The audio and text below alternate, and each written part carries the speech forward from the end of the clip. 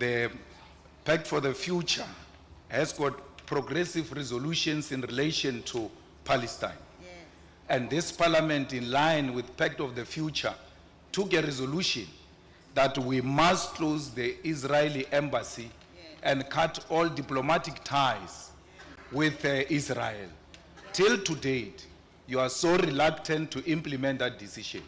And the one behind you, in the name of the Speaker, can also explain as to why is that resolution of Parliament, which was taken by the majority of our people here in Parliament, that we must cut the diplomatic ties with Israel and close the embassy of Israel, because we cannot share territory with murderers, with rapists and people who kidnap women and kill children and want to erode the Palestinian nation. Yes. So I'm asking, Mr. President, as to what is your reluctance? Because that resolution was taken when you were the President of South Africa, committed to the people of Palestine. Yes. You must take practical action, like Brazil did.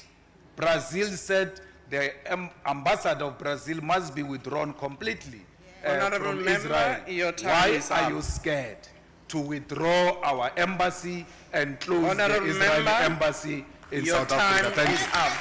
Mr. President. Honorable Masina, you don't have to read for that. Thank you. Order, Honorable Malima. You can take those matters outside. They are not for the House. Honorable President. Thank you, Honorable Speaker. Honorable Malema, no tla ga botse o bolela dintho tse botse se re di dirang. Yaanong o nagana gore we are reluctant and cowardish and all that. That is not so. The executive has noted, fully noted what the National Assembly took a resolution on. And we have said, as we have been asked, that this matter is being considered, and we're also considering the various broad issues around it. Our support for the cause of the Palestinians is irrevocable, and we have articulated that here from time to time. And the various other aspects of putting pressure on Israel to do what is right by and for the Palestinians are matters that are being considered, and a number of proposals have been put forward. So be rest assured, Honorable Malema, that these are matters that the executive is considering. Now, of course, being who you are, impatient, you want everything to be done yesterday. I know that, but it is a matter that is being considered in a very active manner, and in due course we will be able to articulate precisely what the executive's response is to the resolution that was taken by the National Assembly. Thank you, Honorable Malik. Thank you very much, Honorable President. We'll now ask Honorable Powell to ask her supplementary question. Thank you, Speaker. Mr. President, the Pact for the Future aims to accelerate progress towards achieving the Sustainable Development Goals by 2030. Like many nations, South Africa is behind on its targets. The Democratic Alliance's economic justice policy offers a data-driven approach to fast-tracking these goals by shifting away from race-based economic policy.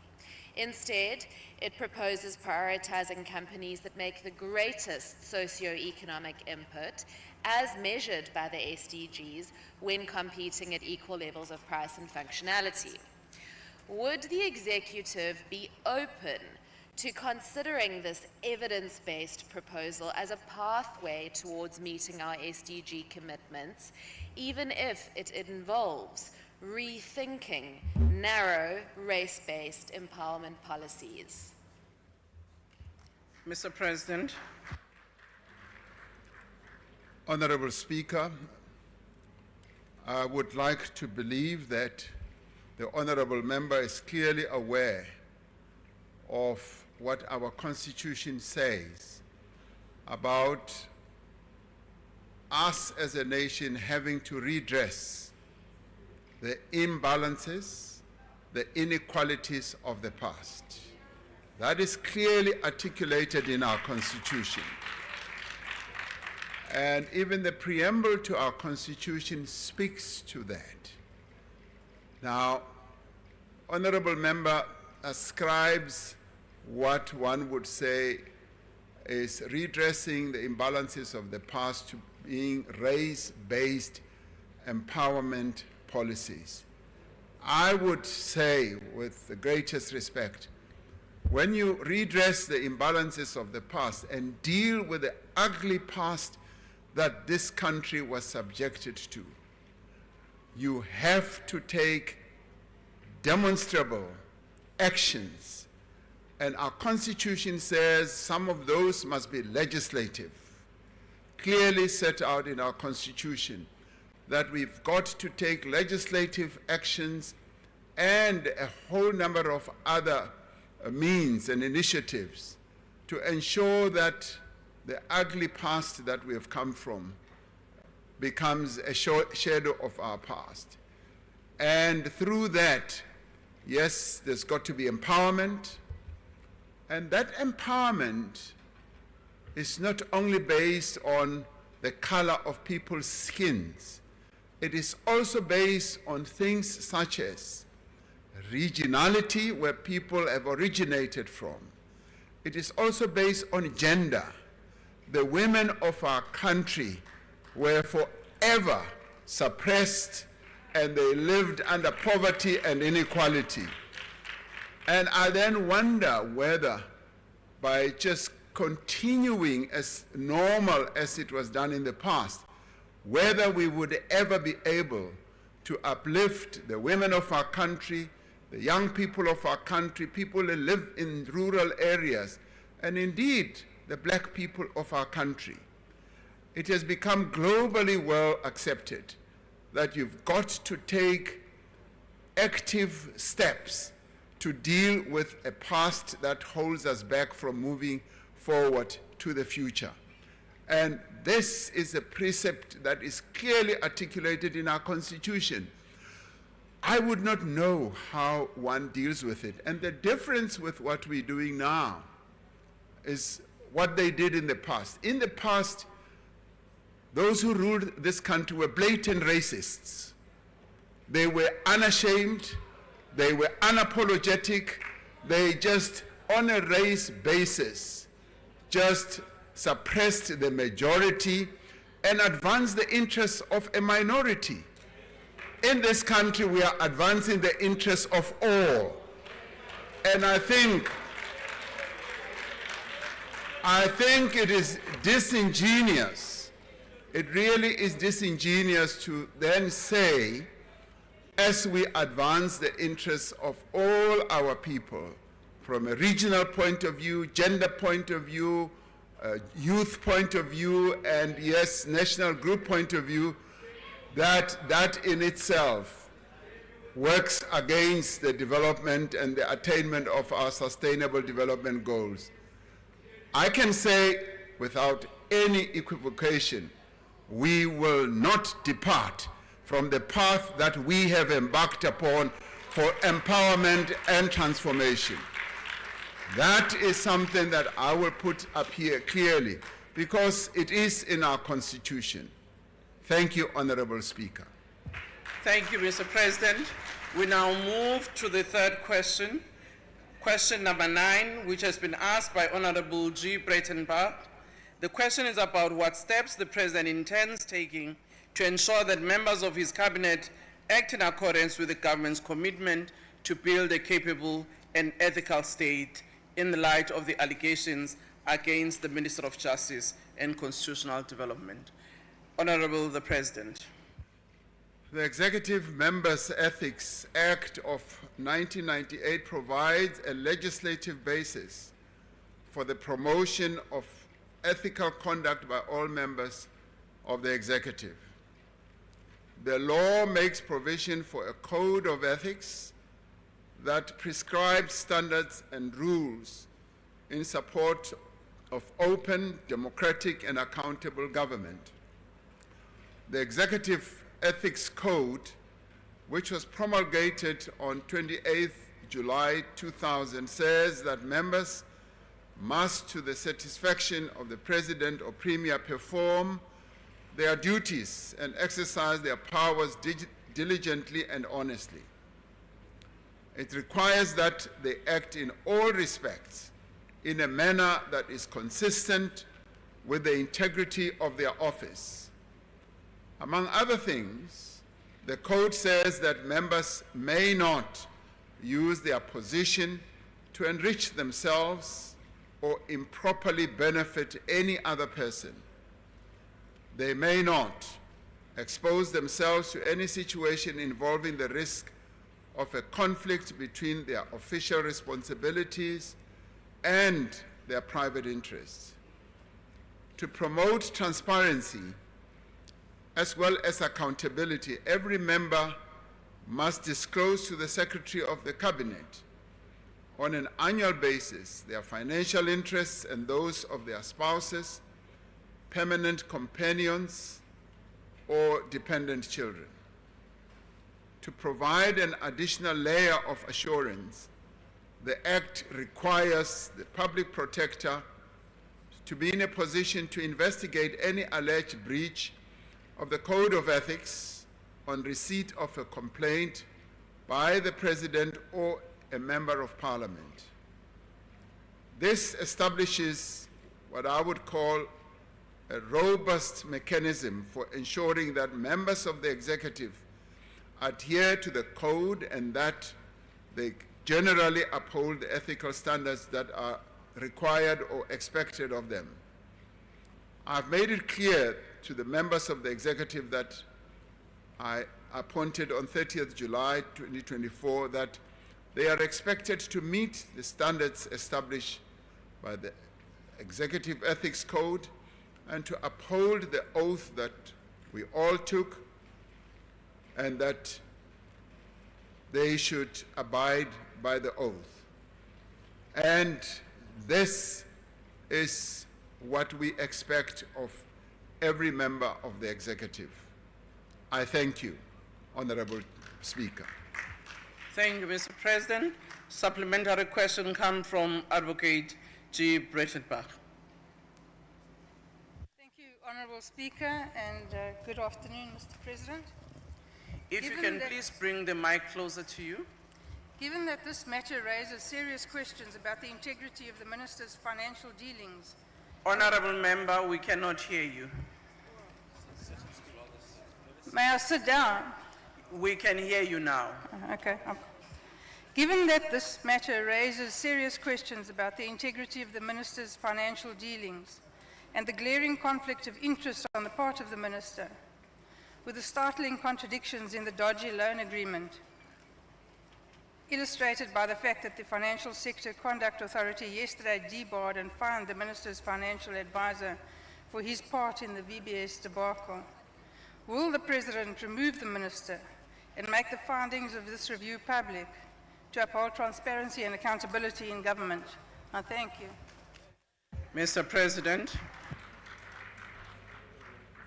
Thank you, Honorable Speaker. I did say, and with the active participation of the Minister, and I said that I've requested the Minister to submit to me a report on exactly what has happened. That document report has been submitted together with various annexures, and that is a matter that I'm giving consideration to. Thank you, Honorable Speaker. Thank you. Honorable Van Rooyen. Arleboge Musa Khotla.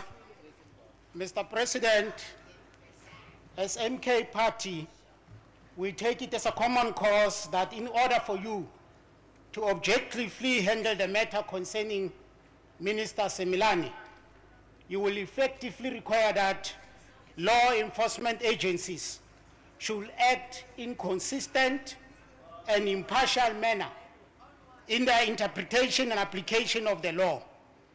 But we all know reality dictates otherwise. For example, the NPA itself, as our prosecuting authority, is not without its own blemishes.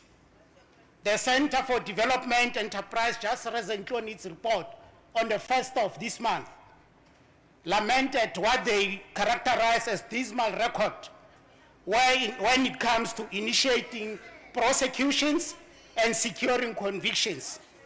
The center says there are rogue elements and obstructiveness in NPA. They even recommend that. Honorable member, if you can summarize, your time is up. The straightforward question, Mr. President, is that can the President take this House into confidence on how your government of the DA-led coalition will ensure that the state Your time apparatus is up, are not honorable used member. for spurious reasons? I thank you. Thank you, Honorable President.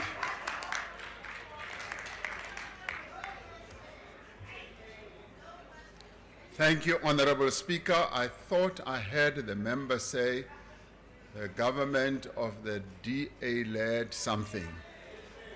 Now, what we have is a government of national unity in which Order, honorable members. Your answer, I'm sure you'd want to hear. Honorable President. it looks like I've pressed a very painful button. Now, what we have is a government of national unity in which 10 political parties that are represented here participate, as well as some others participate in a parliament of national unity. Now, I can assure the honorable member that there is just no way. On a point of order, Speaker. On a point of order. Yes, thank you very much, honorable member. Sorry, I didn't see you. Honorable Malima. I think the President is deliberately misleading the House. There's no parliament of national unity. There's no such a thing. Thank you, honorable member. Mr. President. Thank you, Honorable Speaker. There are parties that are not represented in the government of national unity that are working together with those parties that are part of the government of national unity. And however one describes them is obviously open for discussion or debate. What I wanted to assure the honorable member on is that there is just no intention, no action whatsoever that will be taken in the executive that I lead to utilize state institutions against members or anyone. Those institutions are institutions that we hold in high regard, the highest regard, and they've been granted the independence by our Constitution, and we let them do their work without any fear, favor, or any prejudice. I had occasion to meet with a number of these institutions, together with a number of members of the executive, to deal primarily with their logistical issues, their organizational matters. But I took time to thank them for the work they do, but also gave them the full assurance that we respect their independence and we want to urge them and strengthen them in their resolve to be independent, to act without any favor and without any prejudice. That I repeated ad nauseum to them, and it is out of adhering to the precepts of our Constitution that we need to do that. And we will, honorable member, continue to do precisely that and not seek to use any of the arms of the state to take actions against any citizen in South Africa. And those institutions must act independently on their own to do their work, whether it's investigative, whether it's prosecutorial, and whether they have to do anything that will advance the interests of the people of South Africa. Thank you, Honorable Chairperson. Thank you, Honorable President. Honorable NZ Buthelezi. Thank you, Honorable Speaker. Honorable President, since the conclusion of the Commission of Inquiry into state capture, there has been little to deter the ongoing association between corruption and public office. A key reason for this is sadly the failure to prosecute many of those implicated. As the first citizen of the country, it is crucial that you set a strong precedent by unequivocally condemning unethical leadership, as it robs our people of the opportunity to live in a corruption-free South Africa. Can the Honorable President, as head of the Cabinet and State, reassure the nation by explaining how he has addressed this issue in a way that will prevent similar incidents in the future? I thank you, Honorable Speaker. Honorable President. Honorable Speaker, I have said repeatedly that one of the objectives that we have embarked upon to deal firmly with the period that we went through of state capture is to ensure that the institutions are strengthened once again. Many of our institutions had become weak, and they had been weakened deliberately. And we have sought and continue to do so to strengthen them by ensuring that they have the independence, reassuring them for that matter, and that they should act in accordance with the law, and they should act without favor or prejudice, as I was saying earlier. Those who have been referred to in various reports, especially the report on state capture, will in the end have to be dealt with by the various institutions whose job and whose function is to either investigate these matters or to act upon them. The day the President gets involved in identifying certain people to be investigated, to be prosecuted, and to be judged. As I've often said, even in the previous Parliament, that is the day we have to run for the hills.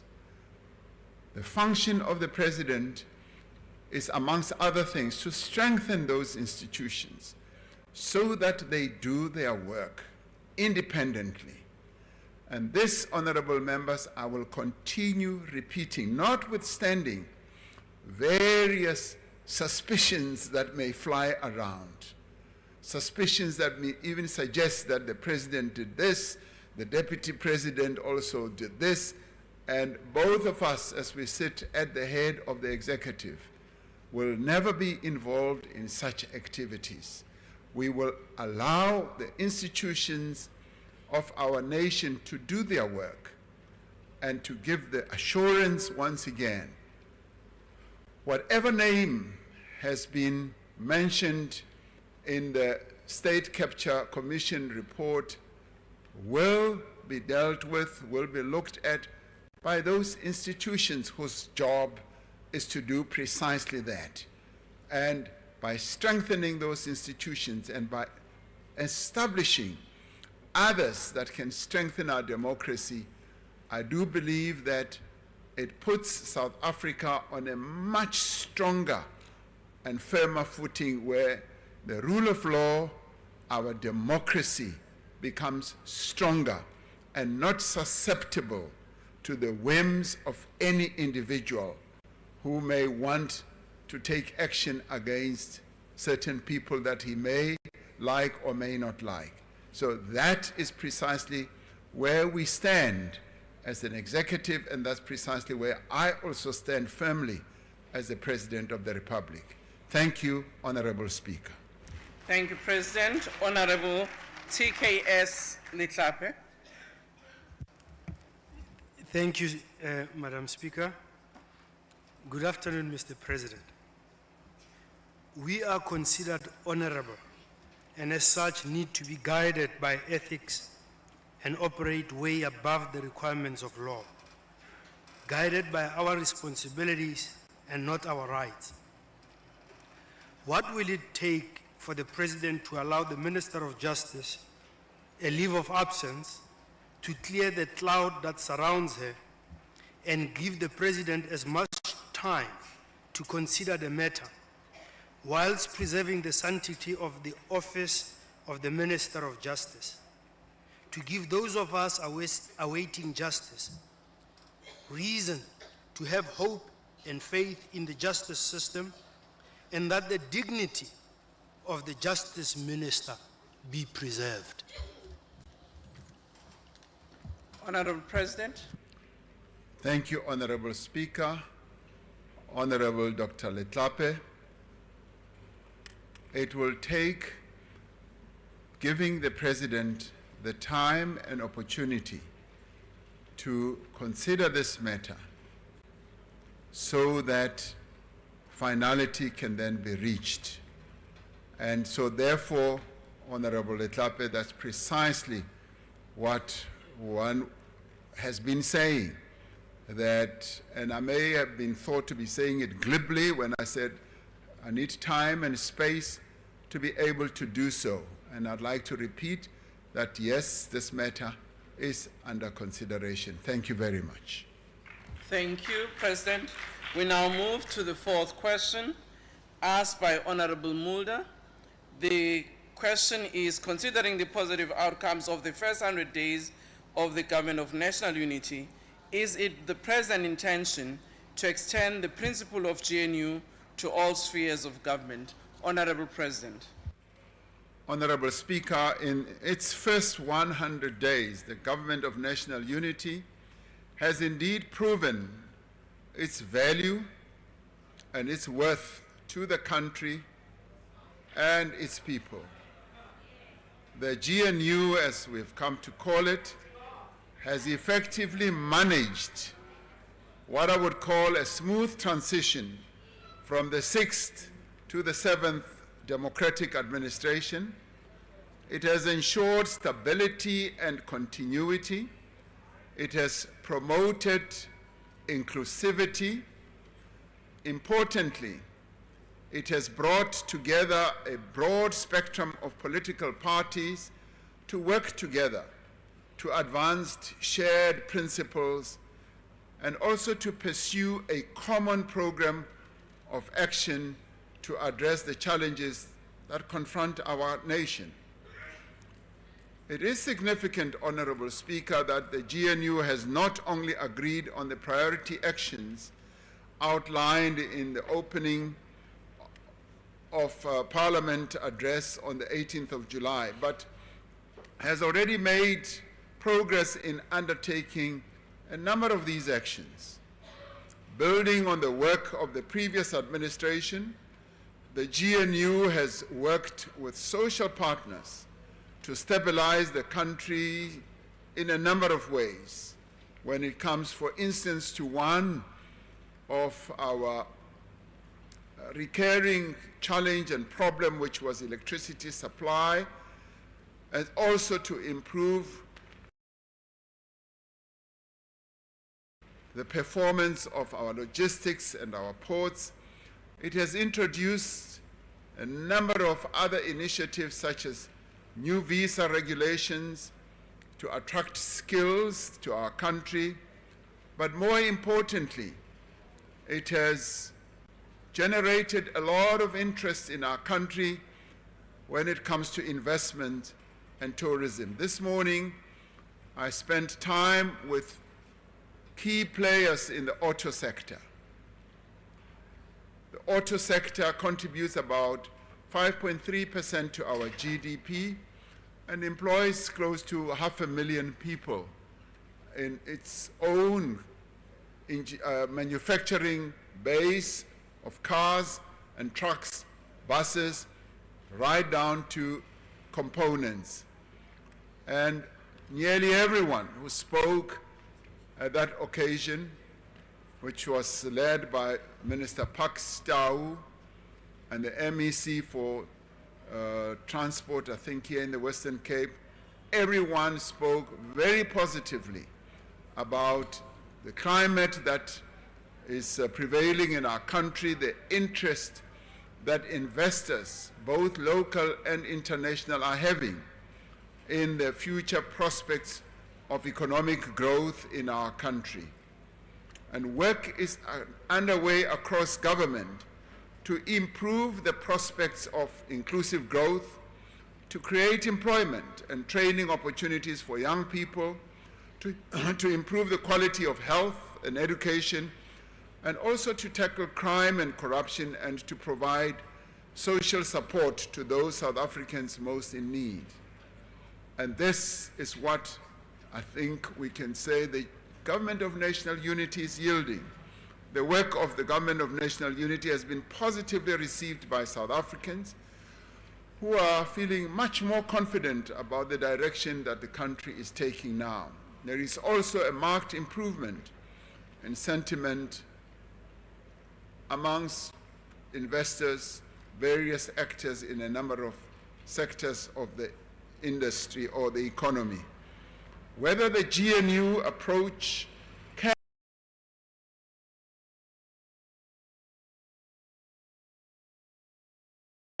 and should be extended to other spheres of government is, Honorable Mulder, a matter that the political parties need to discuss amongst themselves. The experience of the Government of National Unity has to date been encouraging and also instructive. As a country and as political parties, we should see what lessons can be drawn and if there are other circumstances in which we can apply precisely the practice or the lessons that we are drawing from the Government of National Unity. We should all recall that in the end, the Government of National Unity was not an instruction from one person. It was a coming together of various political parties by themselves to finally agree on a statement of intent and common principles with a view of taking our country forward.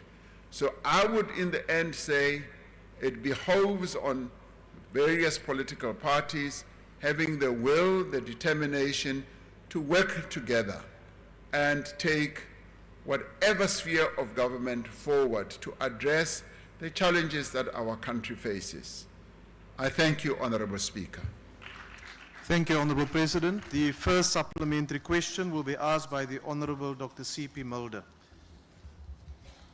Thank you, Honorable House Chair. Thank you, Mr. President, for your comprehensive response. In your first newsletter from your desk after the formation or your election on the 24th of June, you wrote the following, and I quote, "The success of the GNU will be measured by the extent to which we are prepared to focus not on who will govern, but on how we will govern together." And as you correctly pointed out, since the election and the creation of the Government of National Unity, the Rand has strengthened with approximately 7%. The bond market is up with 11%. The JSE main board has gone up with 10%. Inflation has come down. So has interest rates. The tourism sector has a very strong recovery and the mood in the country has been lifted. It is also so that the concept of the Government of National Unity has not been extended to the other spheres of government. And the question immediately would be, if it's successful on the national level, why would it not be successful on other levels of government? The question I would like to ask is this something that you would like to see be discussed amongst political parties as a first point of departure then in the new clearinghouse that has been created within the Government of National Unity? Thank you, sir. The Honorable President. Yes, thank you, Honorable House Chair. The answer to your question, Honorable Mulder, is yes. The participants from the various 10 parties had a meeting of, if you call it the clearing house, some call it the technical committee, but I see it correctly as a clearing forum where matters amongst the 10 political parties are discussed. They held their first meeting really, after I convened all of them over dinner some weeks ago. And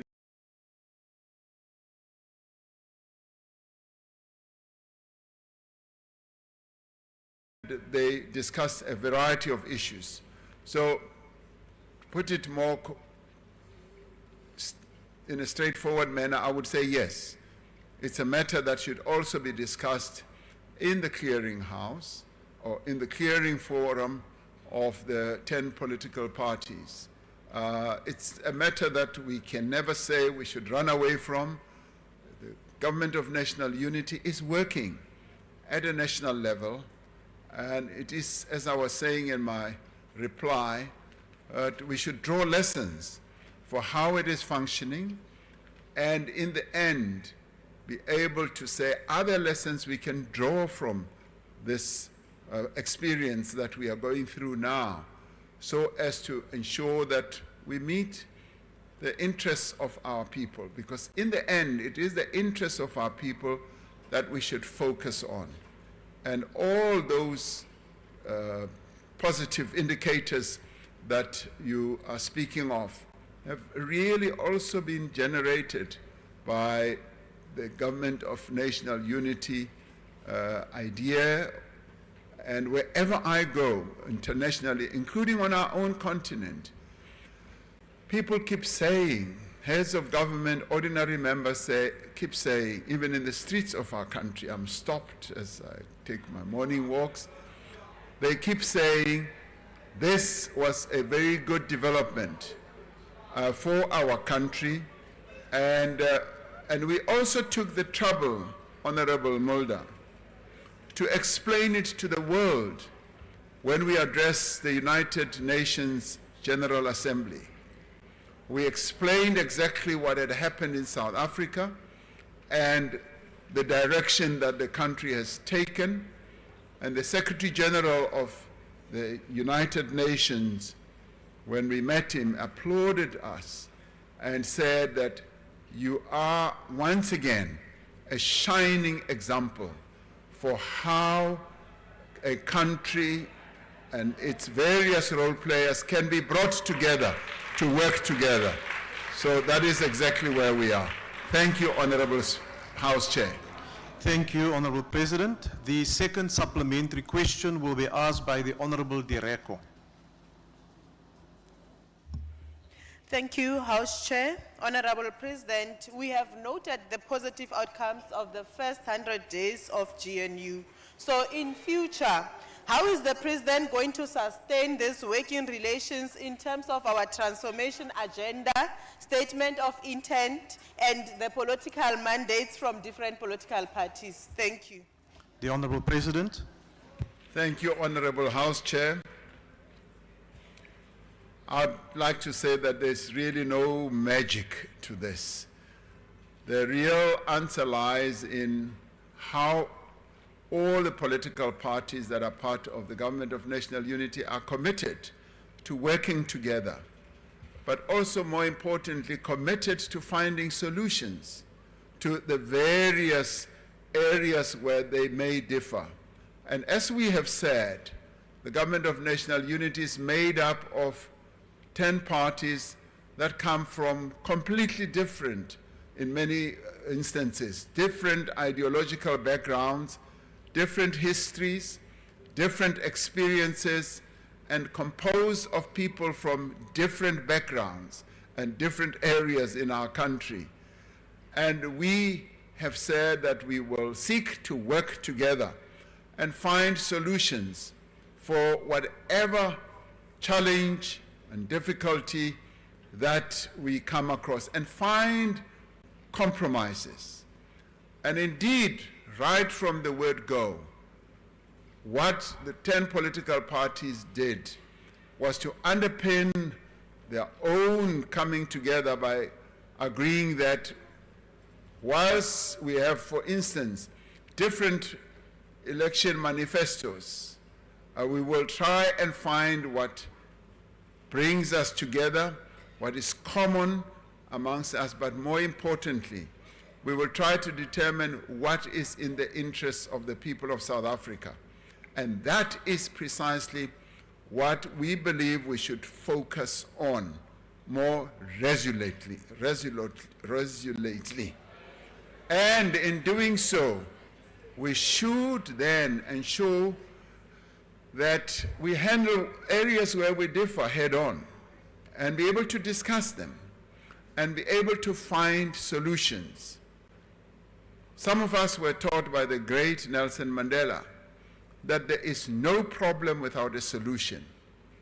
And if we hold on to that every problem has a solution lying around somewhere, and we seek that solution, we will be able to find it with a view of moving our country forward. Thank you, Honorable House Chair. Thank you, Honorable President. The third supplementary question will be asked by the Honorable Mikalakis. Thank you, Honorable House Chairperson. Mr. President, if you acknowledge that the GNU has made wonderful progress, then the only explanation for siding with everyone but your GNU partners in Tshwane is that you either cannot or will not take a stand against the Premier of Gauteng and lead your own party. Mr. President, which one is it? The Honorable President.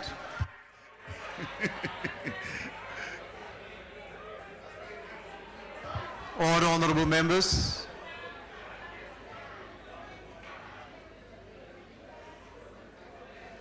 Honorable House Chair, without being flippant, I'm tempted to say, what type of a question is that? But then again, to observe the decorum that I should have here, is that in the end, as I said earlier, the issue of how parties work together really depends on their willingness and determination to embrace one another and find solutions and to listen to one another. And in listening to one another, they should be able to seek solutions. But also in the end, it also depends on the chemistry amongst the participants themselves. And I think we should also rely on the key area of the principles that those who are participants should adhere to. So I will not specifically refer to any of the areas where parties are seeking to work together, be it in Gauteng, in KZN, in the Western Cape, or wherever. That should be left to the participants, guided by key principles that they should all adhere to. Thank you, Honorable Chair. Thank you, Honorable President. Honorable members, the last supplementary question will be asked by the Honorable Maimane. Thank you, House Chairperson, and to the President. I think it is undeniable the fact that we're seeing some green shoots that emanate from the Government of National Unity. What I'm fascinated by, though, Mr. President, is the fact that now, as revealed this weekend, the executive is costing the fiscus in salaries over 600 million rand. You add VIP protection, travel, etc. This now starts to head towards the billions. We are now heading towards the midterm budget policy statement, and I'd like to ask the President, given that we are cutting teachers, healthcare workers, frontline services, particularly in education, is the question, could the President at least commit to cutting the executive, more specifically deputy ministers, in order to free up resources for students in South Africa? Thank you. The Honorable President. Thank you, Honorable Chair. Order, honorable members.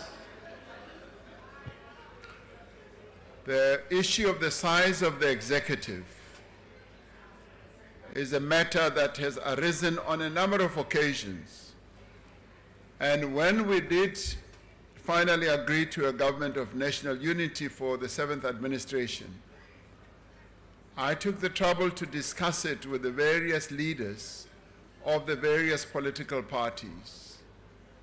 And I did say, this is the reality that we now face as we establish the government of national unity, as we seek to engender stability in our country, and said that for a time we will need to bear the cost to ensure that there is stability and we move forward with the government of national unity. I have said in the past that yes, we do need to reduce our executive, but this time, due to the exigency of the situation that we face, as well as the circumstances that we are subjected to, we had to come to this point, but we will keep an eye on the costs on an ongoing basis, and in 2 weeks or so, the Minister of Finance will be delivering his medium-term policy budget statement, and we will then be able to have some light in terms of how the finances of our country will continue being managed. It's a matter that is top of mind for me, Honorable Maimane. It's not a matter that one is just happy with, because we do need to ensure that every rand is spent advancing the overall interests of our people. But right now, in setting up the government of national unity, we had to get to this point, but we will keep an eye on the expenditure side of our budget. Thank you, Honorable Chairperson. Thank you, Honorable President. Honorable members, question number 11 has been asked by the Honorable W.T. Letsie. The question is about recent organized criminal syndicate violence, which use kidnapping to extort money from victims, and noting that some of those who have been arrested are police officers, as well as a number of illegal foreign nationals. What are the full details of any policy changes regarding policing that he intends to implement? The Honorable President. Honorable House Chair, to Honorable Letsie, yes, a number of initiatives are underway, initiatives that are also being embarked upon by our criminal justice colleagues in a much more focused manner, and in doing so, quite a bit of progress is being made in a number of areas, areas that include dealing with criminal syndicates, and what has also been established and set up are the various task teams that are aimed at curbing criminality in our country. And with all that, we are beginning to see greater progress, because the South African Police Service has adjusted its operational response to the threats that are posed by organized criminal syndicates, in particular with regard to kidnapping for ransom and extortion through various internal initiatives that they have embarked upon. For instance, the Directorate for Priority Crime Investigation employs what I would call a project-based approach to the investigation of serious organized crime, and a dedicated capacity has also been established in the Division detective and forensic services that is aimed at coordinating investigations into organized criminality. The organized crime threat analysis process makes use of a number of other mechanisms to identify existing and emerging organized crime threats, and this they use as the basis of an appropriate multidisciplinary response. Operational command centers at district, provincial, and national levels further provide for coordination between the South African Police Service, the government departments, and a number of other law enforcement agencies. But this also includes cooperation with civil society partners. With each kidnapping case, a special joint operations committee is convened to deal with those actions. This consists of a multidisciplinary resource center to concentrate on the investigation of the kidnapping case, as well as to deal with the safe release of victims. And with regard to the proliferation trends in extortion, House Chair, a priority committee was established at national level to address the various types of extortion incidents that have emerged. 6 distinct work streams have been established as part of this committee. A committee which consists of also a multidisciplinary group of role players from the South African Police Service and both the public and private security sectors. The external role players include the National Prosecuting Authority, the Financial Intelligence Center, Business Leadership South Africa, Business Unity South Africa, and the Consumer Goods Council of South Africa. To identify South African Police Service members who may be involved in criminal activities, the South African Police itself employs specific counterintelligence measures in addition to routine integrity testing measures, such as vetting, the analysis of financial disclosures, as well as lifestyle audits. The South African Police crime intelligence capability is an integral part of the police service multidisciplinary approach to addressing organized crime, working in collaboration with various other departments. So, Honorable House Chair, I can say that much as we are facing enormous challenges with regard to criminal incidents such as kidnapping, extortion, and many others, the police service and indeed other multidisciplinary agencies are working very hard to ensure that this scourge of criminality is dealt with and dealt with effectively. We are already seeing a great deal of progress in a number of areas and successes that are being recorded by the South African Police Service working together with other agencies. It might still be early days, but I am convinced that we will continue seeing a great deal of progress. Thank you, Honorable House Chair. Thank you, Honorable President. The first supplementary question will be asked by the Honorable W.T. Letsia.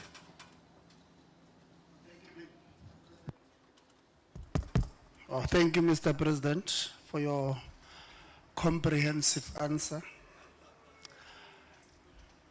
These organized crimes are crippling the economy, there's no doubt. And they need all of us to work together, and I'm happy you said there's collaborative work from different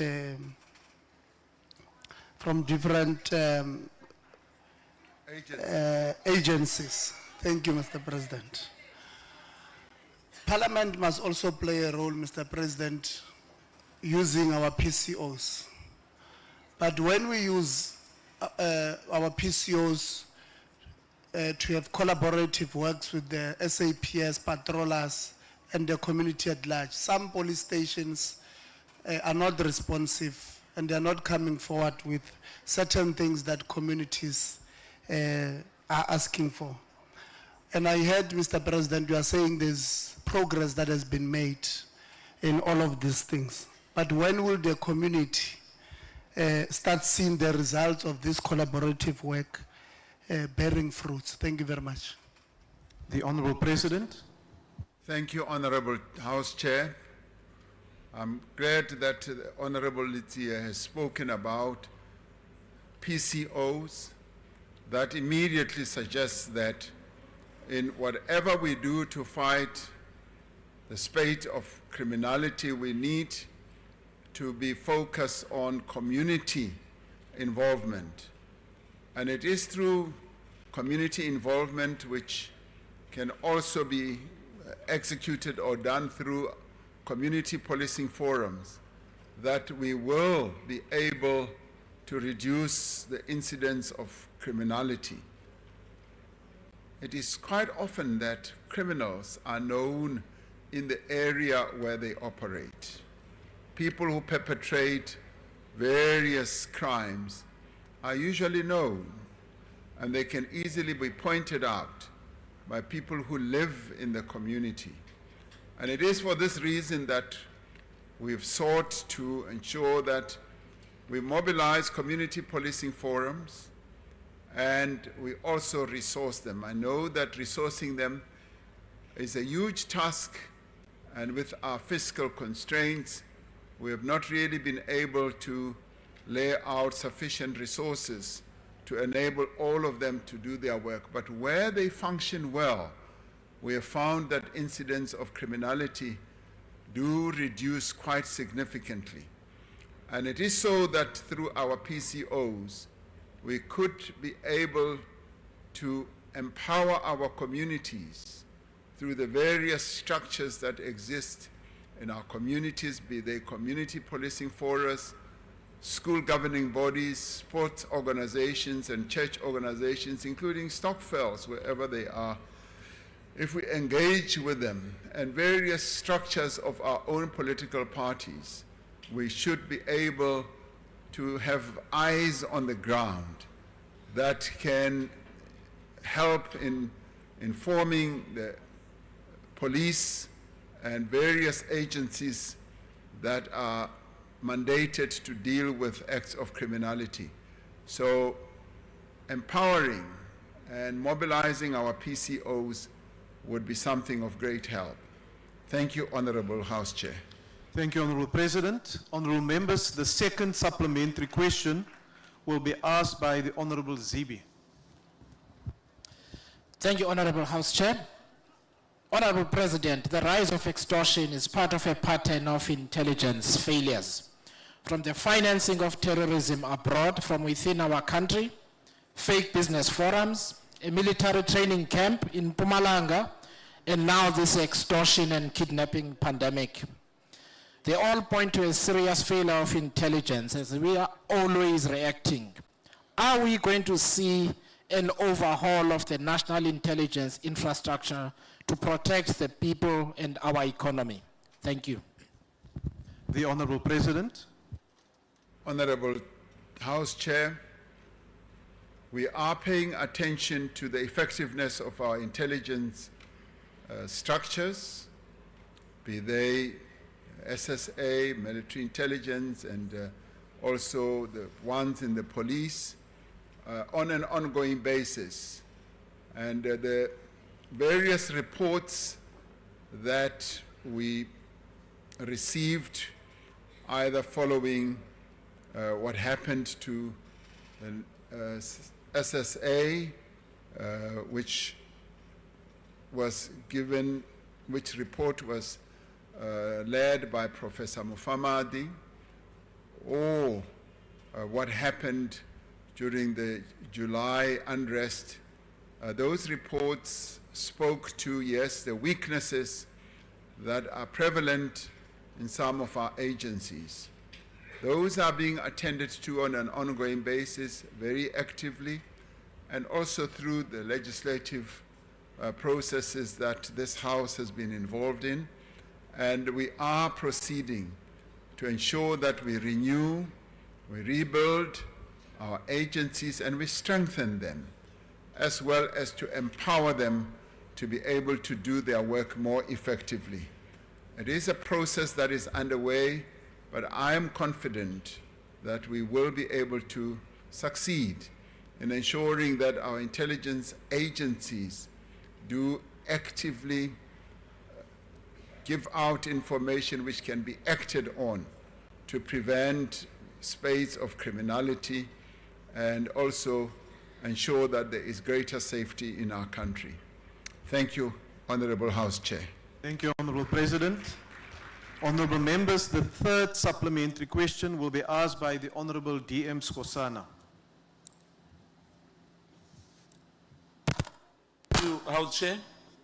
Mr. President, it will seem that the findings highlighted by the independent panel on the July 2021 riots are once more corroborated, that you failed to convene the National Security Council where all the intelligence matters are discussed was at the center of a poor and reactive response by the police.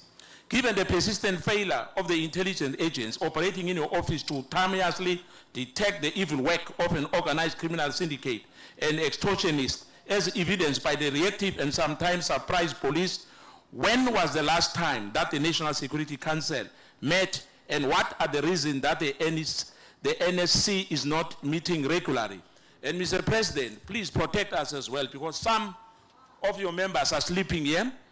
And I just want to say to you, the DA-led Helen Zille coalition government, they won't get Tswane.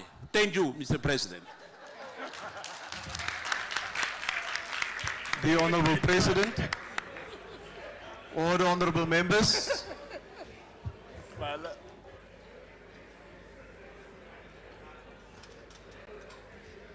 Honorable House Chair, the question was, when did the National Security Council meet? I'm pleased to inform the honorable member that it met 2 days ago. Thank you, Honorable House Chair. Thank you, Honorable President. Honorable members, the last supplementary question will be asked by the Honorable Kojani. Thank you very much, House Chairperson. Honorable President, we do note with appreciation the increased number of arrests thanks to the ramping up of intelligence, but it is very concerning that there is still a high number of police officers and illegal foreigners that collude with criminal syndicates. Not only is this bringing shame to the badge of the policeman, but it also demotivates the hardworking and honest men and women in the police force. It also negatively affects the national integrity because foreign nationals have become comfortable in engaging in activities of criminal acts. What are the mechanisms and the strategies in the interim to protect communities, especially the whistleblowers, who have to contact the same police stations that are infiltrated by members? And also, how are we going to monitor the authenticity and the impact of some of the measures that you have mentioned, like lifestyle audits, so that those who are part of high-level investigations at present are not infiltrated by the very same syndicates? Thank you. The Honorable President.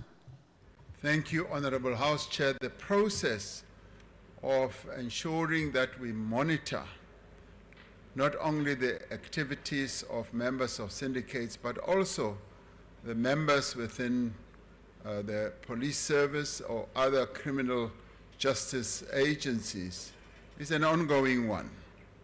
And it's being pursued quite vigorously to ensure that we do not see a recurring process where these criminal syndicates have their either moles or people who have been captured in our security services or agencies. It is ongoing, and obviously processes like lifestyle audits are reviewed on an ongoing basis, and there's a close monitoring of those, and we are heightening our own alertness through the various arms of the state.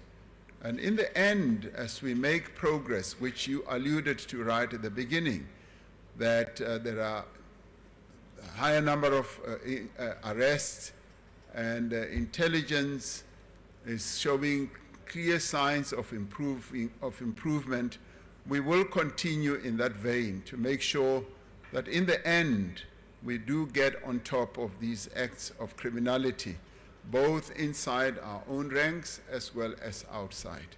Thank you, Honorable House Chair. Thank you, Honorable President.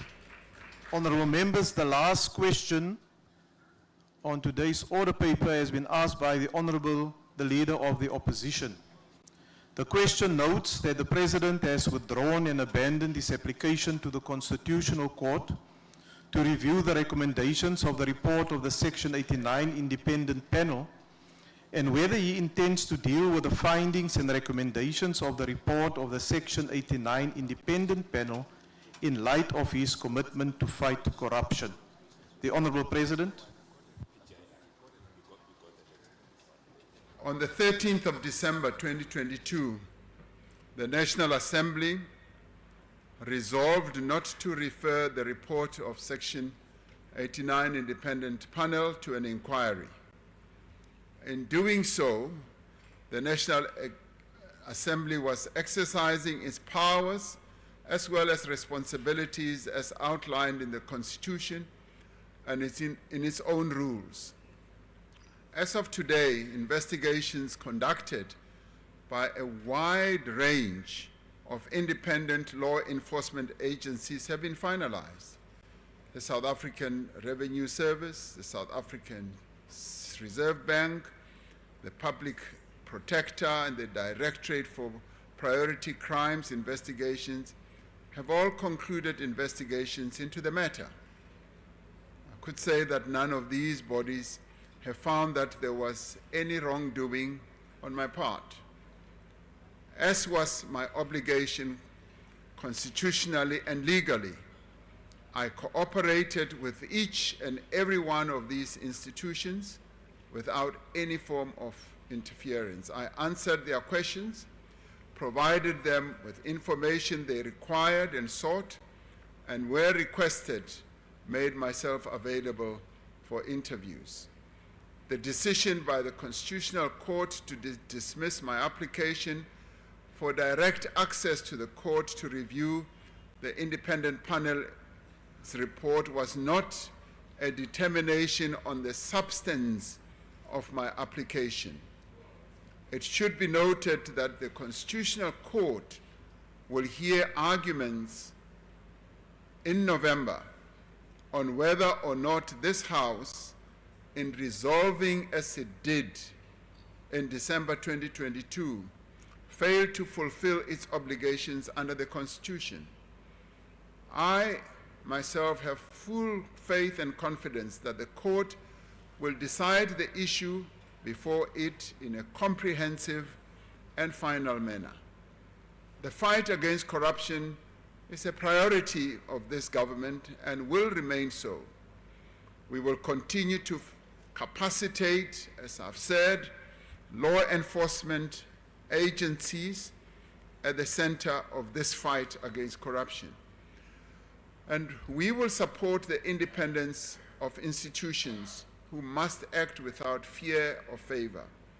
And I'd like to repeat that I will continue to support those agencies. I thank you. Thank you, Honorable President. The first supplementary question will be asked by the Leader of the Opposition.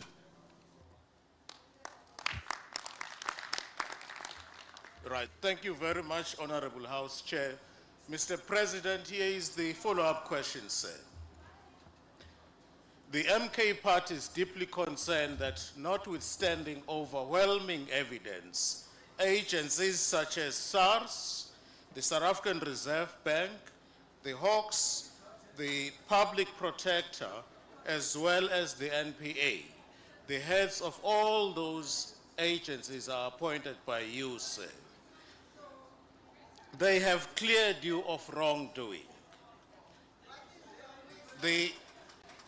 This contradicts the findings of an independent panel which was appointed in terms of Section 89 and chaired by the Honourable members, Honourable Leader of the Opposition, can you just hold there, please? Honourable members, the person who asked the question, the member who asked the question, have 2 minutes to make an intervention followed by the question. Now, if we get these type of interjections, it will not be possible for the President or for myself then to ultimately hear what the follow-up question is. Can we give the member a fair opportunity, please? The Honourable Leader of the Opposition. Thank you. This order. The panel that was led by retired Chief Justice Nobo concluded that there was a case to answer, inasmuch as you violated your oath of office and you were also implicated in the corruption at Pala Pala Farm. The question is this, sir. Given that in South Africa we transact in rands, and the reports indicate that dollars were found at Pala Pala, are you now in a position to finally take this House into confidence and tell us the truth, that these transactions had nothing to do with a legitimate business? Because you cannot conduct a business whilst you are serving as a president of this country, and also, was the person who cleared you at NPA, was that person vetted? Thank you. The Honourable President. All honourable members. The President. Thank you, Honourable House Chair. Honourable Hlophe has asked a variety of questions, and I did say in my head reply that this matter was dealt with by the National Assembly, and the National Assembly took a decision, and that decision is now subject of litigation in the Constitutional Court. And I would like to respectfully say we should allow that process to unfold. And it should be a matter that will be dealt with by that court.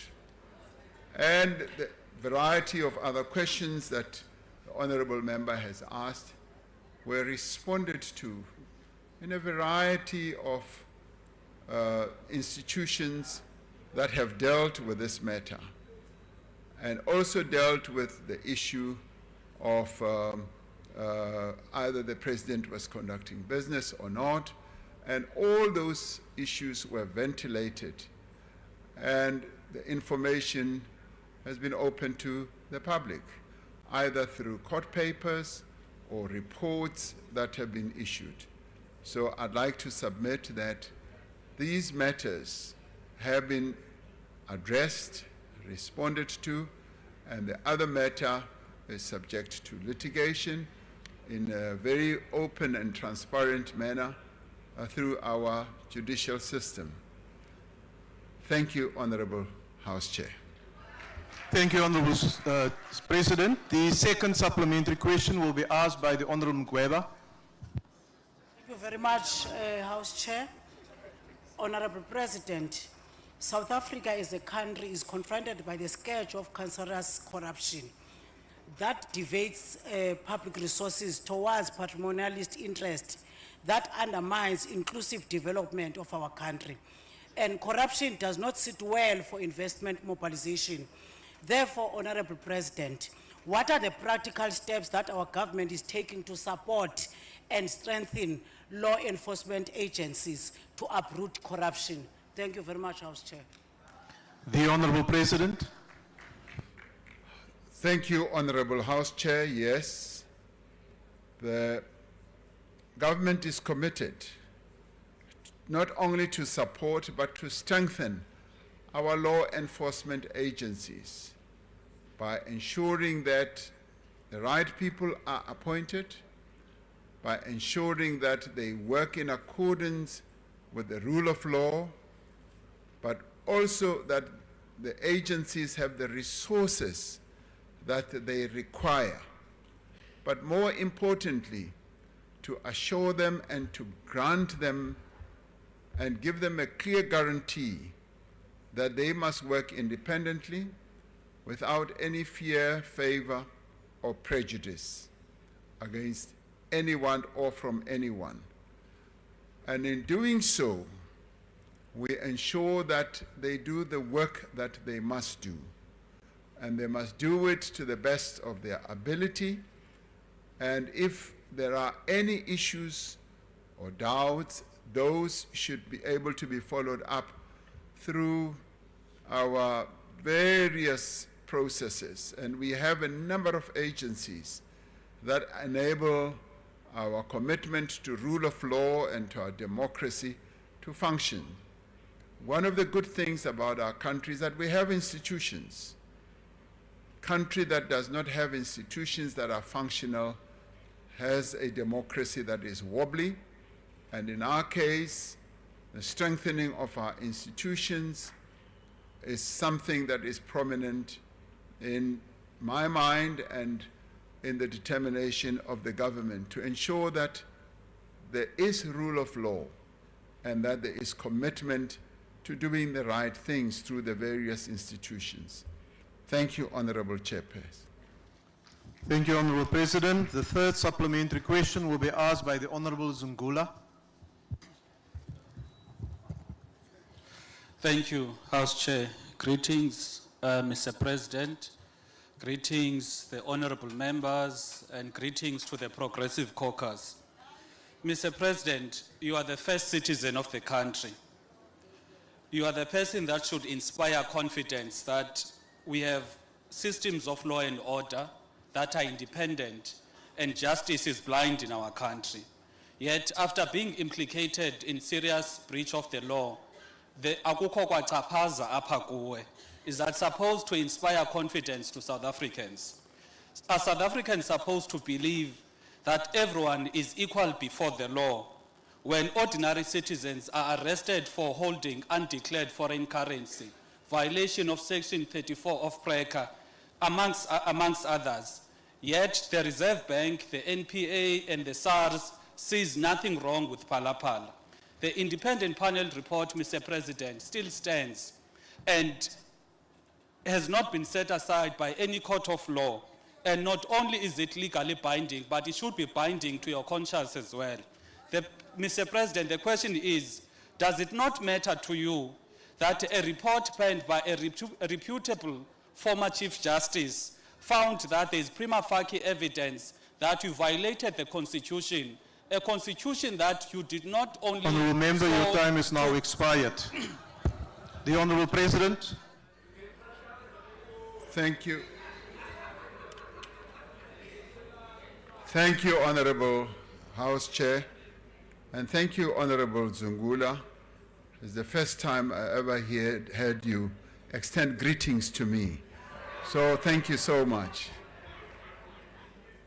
Honourable House Chair, I did say that it was the National Assembly, which I am not a member of, took a decision on that report. And as we speak now, that report has been challenged, or the decision of the National Assembly has been challenged and is now before the highest court in the land. And I do think that that process should be allowed to unfold because, as I've often said, we have institutions that are meant to guard our democracy, to ensure that there's rule of law. I do believe that that's precisely what we should do and allow that process to unfold. Thank you, Honourable House Chair. Thank you, Honourable President. Honourable Members, the last supplementary question will be asked by the Honourable J.S. Malema. Thank you very much. President, you are aware that we are the ones who have taken this matter on review at the Constitutional Court because we don't believe that what Parliament did was correct. Mara, nto ke nyaka go le bontšha yona Mokgalabe ke gore le a bona taba ya go tshwana le ya mayor wa former mayor ya Polokwane ye le reng lo e lebelela ba e lebeletše a sa le mayor ba e fetša kua Polokwane a ne bjale le re lo mo lebelela ANC yo mo lebelela ke double jeopardy. She dealt with that thing when she was a mayor. There was a president here, and Bulelani Nuka announced that there is prima facie evidence, but not winnable. As we speak today, he's in court. Unlike the former mayor of Polokwane, while Saberegi ditaba tšele sa le ka ofising, le tšea maikarabelo, le bitše boraditaba, le nne fase ka gore a go sana selo ka moka na bona ba rile a lena selo ba le tlerile while sa bitše ditaba la re tlhalosetša gore na matlakala a la boithabišwa Honourable member, a fitlhile your jwang ka time kua is now polaseng ya expired. lena gore na didola di fitlhile jwang ka polaseng, not because you are answering any case, but because you are Honourable taking the member, nation into your confidence. time has President expired. Mandela did that. Thank Even you. on personal matters, President Mandela did that. Thank What you, stops Honourable from member. taking Your the time nation has into expired. confidence? Thank you. The Honourable President. Thank you, Honorable House Chair. Karabo Eki Beile, Honorable Sello Malema. Ki ile ka e beya hona mo. Ka bolela botse kare taba e mo matsohong a lekgotla le legolo la naga e. And ntho e nngwe e isitswe ke lena. Nna ke ne ke kgopela gore le se gona moo e šomiwe ke bao ba na leng tsebo, bao ba tla shebisang dintho tse ka moka na tsona. Ke yona ntho e ke bolelang ke beya mo tafoleng. Ke fella gona moo. Thank you, Honourable House Chair. Thank you, Honourable President. I wish to thank the Honourable President for his presence to reply to the questions that was asked. And Honourable members, that concludes the questions to the President. Thank you. Can I go home now? Mr. President, that's entirely up to you. Honourable members, I now request you to stand and wait for the chair and the maize to leave the chamber. That concludes the business for the day, and the House is adjourned.